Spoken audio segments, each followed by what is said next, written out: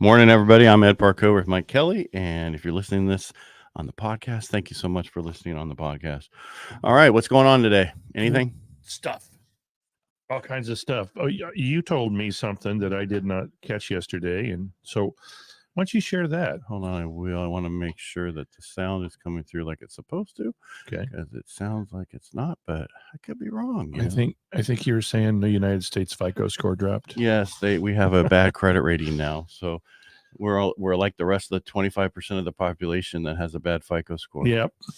And so what does that mean? It's harder to get people to buy your stuff. Yes. And that's not a good thing. But what are we going to do? This is I'm going to go through it in a second. Let me just double check there. Yes, we're good there. All right. So this is so stocks and mortgage bonds are both much lower today because of Fitch, which is a rating agency that have downgraded the United States from AAA to A plus. So it's not a major issue, but I mean, Singapore and one other country is much better than us. So that tells you really, is that how bad it's out there? Yeah, I guess. Well, the consistency that's going on is the fact that, all right, so basically what they're saying is we have too much debt, economic outlook's bad, erosion of governance, meaning that, the whole debt ceiling fiasco. And, what happens if your FICO score goes down? It's really hard to get loans. But the consistency here is there's only been 2 times in history that the U.S. has been downgraded. Do you know what the other time was? Probably when Biden was vice president. Yeah, 2011. I think he cheated. But yeah, so consistency is Biden likes to have us downrated. So he's the guy that gets in there and ruins the credit. Right. So he's consistent on that. Well, he actually didn't have anything to do because he was vice president. He was just out making money. Yeah. Yeah, we'll move on. Fitch. Yeah, so a lot of people are like, all right, I already said this. Again, I said this is second time, 2011. And so what results, it's a drag on the financial markets back then. And even though that the economy is stronger than it was in 2011, it's still a problem. Right. So a couple little things that came out today. I didn't know this. Wells Fargo slides on plan to help refall the FDIC coffers. So basically, there was a plan for the big banks to throw money in there to help FDIC. And they said, nah. We don't really have that money to go there right now. Yeah, we took a trip and we gave each other some Keep bonuses. It clean. Bonuses. Keep it clean. That was clean. All right. And I mean, right now, I think we're down. Last I checked was like 60 basis points today. So it's a huge slide. So if you had clients come in yesterday, stop using the so as the fillers, Ed. All right. You probably want to make sure that you locked them yesterday. Can't go back in time. No. If I could turn back time. I mean, but again, I keep saying that we're only down 36 right now. That was thing was above 60 and they had alert to lock. And the problem with that is everybody's trying to understand how to deal with this information. Yep. And that's the problem. We don't really know how to. On to the jobs. Jobs are better than expected. We were kind of thinking shocking. ADP employment, which that's the advanced data payroll or whatever it is. Whoever gets a check. And then when you look at the numbers though, goods sector added 21,000 jobs. Construction flat though, and manufacturing experienced a job loss of 36,000. So it's not as great as out there. Which sector do you think got the biggest amount of jobs on this job report? Tech? Nope. Leisure and hospitality. All those part-time jobs. Again. Yeah, the part-times. Which is going to say, wow, look at all those jobs, but they're part-time. So that means they got to have another part-time job and they get no benefits and they don't, it's, minimum wage. Yeah, and they work their asses off. And the migrants just don't tip like the other people do. No, they don't. Yeah, New York's like, oh, what are we gonna do? We got all these people here, and in Texas and all those other border states are going. It's about time you realize this is a national problem. Yeah, guy. Yeah, come on, people. All right, in Junefo. The June is they're actually when they looked at BLS report, only 21,000 jobs added to it in June. I missed the rest of it. And that's what they're saying is there's a big difference, which I'll talk about later, between the ADP and the BLS report, the Bureau of Labor Statistics, which comes out on Friday. There's a disconnect between the two, and they really don't know what's really true between the two reports because they're totally different. Gotcha. If you stay on your job, you make 6.2% more year over year and that's down from 6.4. But if you move jobs, you get 10% raise compared to 11% raise. It used to be 15. It keeps coming down. But sounds like you still need to move jobs. Yeah, it does. Wage inflation is moderate. But if you want to go work for In-N-Out in the Bay Area, you can start off like $22 an hour. I saw that. Yeah. Well, we were coming back from the airport. It was like 20. They were saying up to 24. This one said 26. Wow, they're going up. Yeah. Well, it's kind of hard to get somebody to get that wage and come over there because they can't afford to live there. Got to live with parents, right? Well, it's not supposed to be a surviving wage. We talked about this yesterday. I wanted to bring it back about the job openings. The JOLTS report just over broke, as I called it. JOLTS went from 9.58 million to 9.6 million in the previous report, which is the lowest since April of 2021. Because these are all the jobs that came back. Gotcha. The issue is there's so many jobs out there. Why do we have 1.6 million people unemployed? Well, we give them too much shit. Well, I mean, their unemployment only lasts so long, right? Supposed to.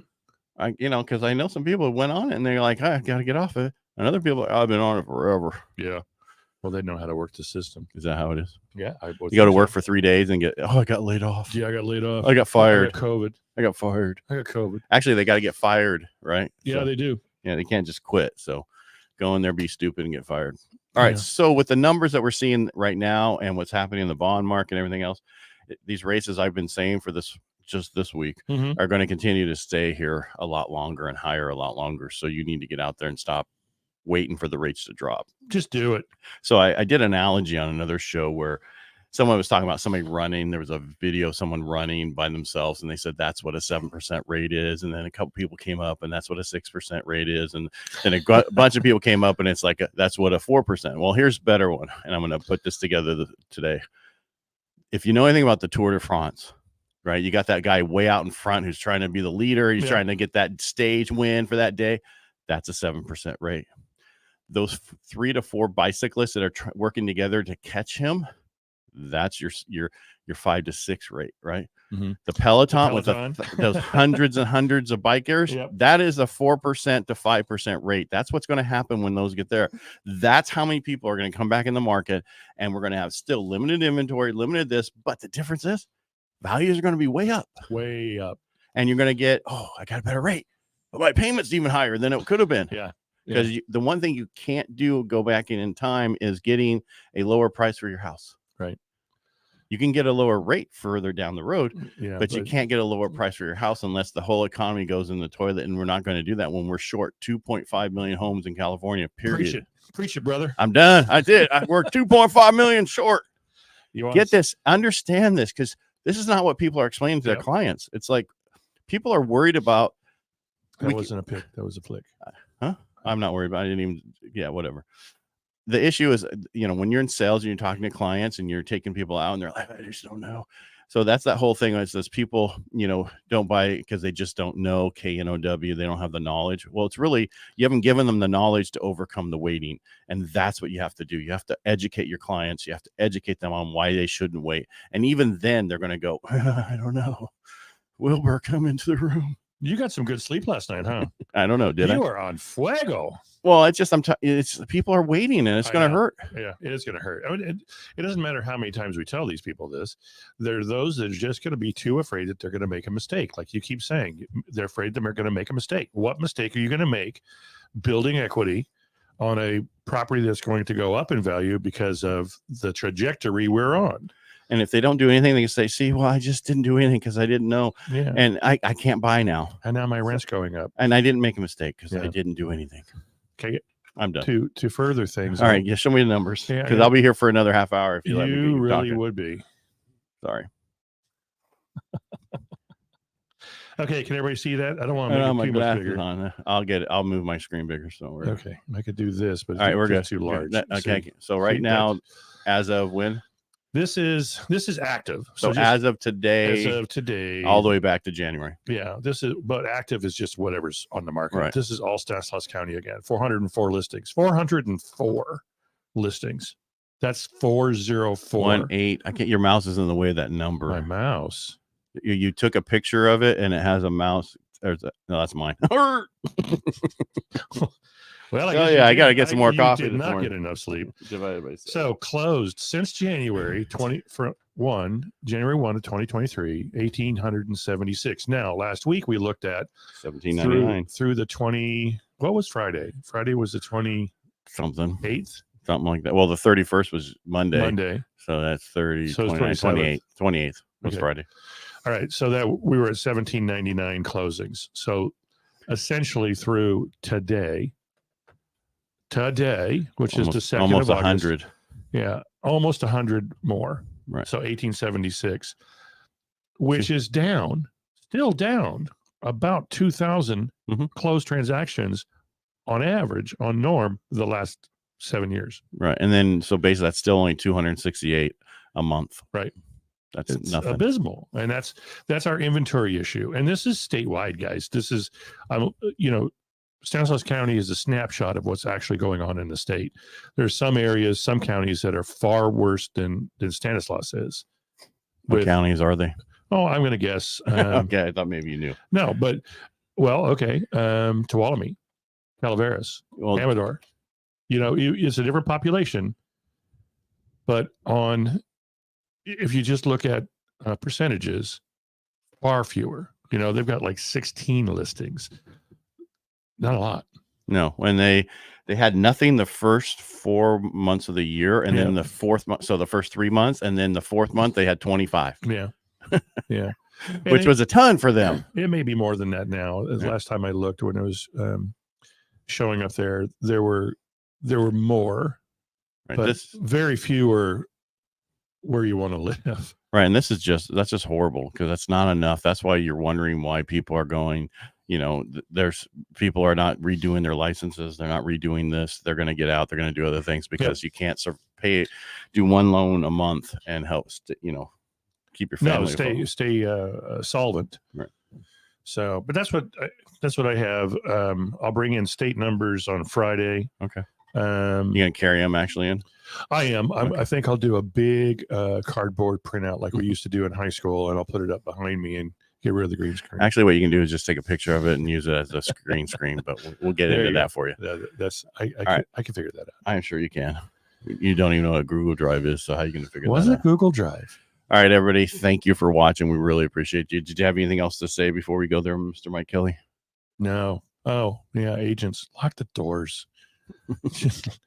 Another one? Another door was open? Same freaking house. Oh, man. People 2 days in a set the row. alarm, lock the doors. Yeah. And then call up the person who didn't do it. How about this? We should have a show that these are the names of the agents who didn't lock the door of my house. Yeah, exactly. And we can that way you can shun them into locking the damn door because they know it's going to be put out there. Only the kindler, gentler nation I'm not into. You need to be, put out there what you've done wrong. Held accountable. Yes.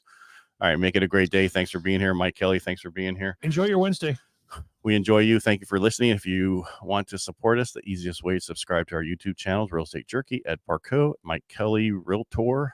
And thank you for being here. Make it a great day.